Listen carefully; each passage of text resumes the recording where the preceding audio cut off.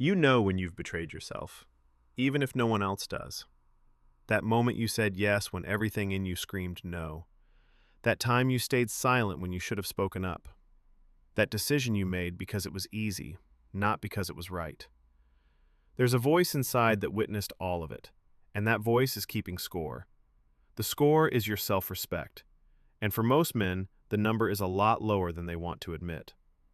Here's what most people get wrong about self-respect. They think it's something you can give yourself. They think affirmations work. They think you can stand in front of a mirror and say, "I am worthy," until you believe it. You can't. And deep down, you know why. Because self-respect isn't given, it's earned. And the only person who can grant it is the person who's been watching your every move since the day you were born. You.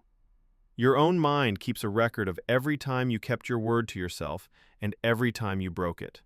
Every time you did the hard thing and every time you took the easy way out. Every time you acted with integrity and every time you compromised for comfort. That record determines how you feel about yourself at a fundamental level, and no amount of positive thinking can override it. This is why so many successful people still feel like frauds. They've achieved external markers of success, but internally, they know the corners they cut, the lies they told, the values they sacrificed. Their brain has the receipts.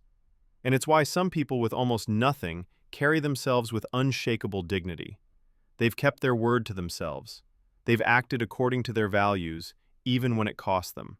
They've earned their own respect. So how do you build this? You start by making promises to yourself and keeping them. Small ones at first. Specific ones, measurable ones. Not, "I'm going to get in shape." That's too vague to mean anything. Your brain can rationalize endless exceptions. Instead, "I'm going to work out at 6 a.m. tomorrow." That's concrete. Tomorrow comes. 6 a.m. arrives. You either do it or you don't. No ambiguity, no negotiation. If you do it, something shifts inside. It's small. You might not even notice it consciously, but your brain registers, "This person does what he says he'll do." If you don't do it, that registers too. Another data point, another broken promise, another tiny withdrawal from the account of self-respect. Now multiply this across months and years, thousands of small choices, each one either building or eroding your internal foundation. This is why discipline matters more than motivation. Motivation feels good but means nothing. It's just an emotion. It comes and goes. Discipline is keeping the promise regardless of how you feel. And every kept promise, especially the ones that were hard to keep, deposits something into your self-respect account. Here's what happens when that account is full. You stop needing external validation. You stop caring so much what others think. You stop seeking approval from people who don't matter, because you've already approved of yourself. You've proven to yourself that you can be trusted, that your word means something, that you're the kind of person who does hard things. That knowledge is unshakable. It doesn't depend on circumstances. It doesn't require anyone else to confirm it. It's yours. And paradoxically, this is when other people start respecting you more too. Not because you're seeking it, but because genuine self-respect is visible. It's in how you carry yourself, how you speak, how you handle pressure. People sense it. They don't know what they're sensing, but they respond to it. They treat you differently. They trust you more. They challenge you less. All because you kept promises to yourself that no one else even knew about. Start today.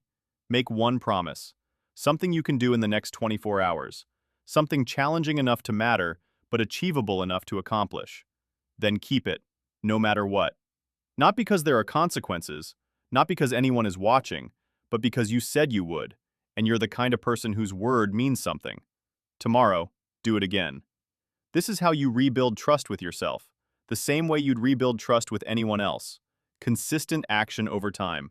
No shortcuts, no hacks, just kept promises accumulating until they form a foundation you can stand on. That foundation is self-respect.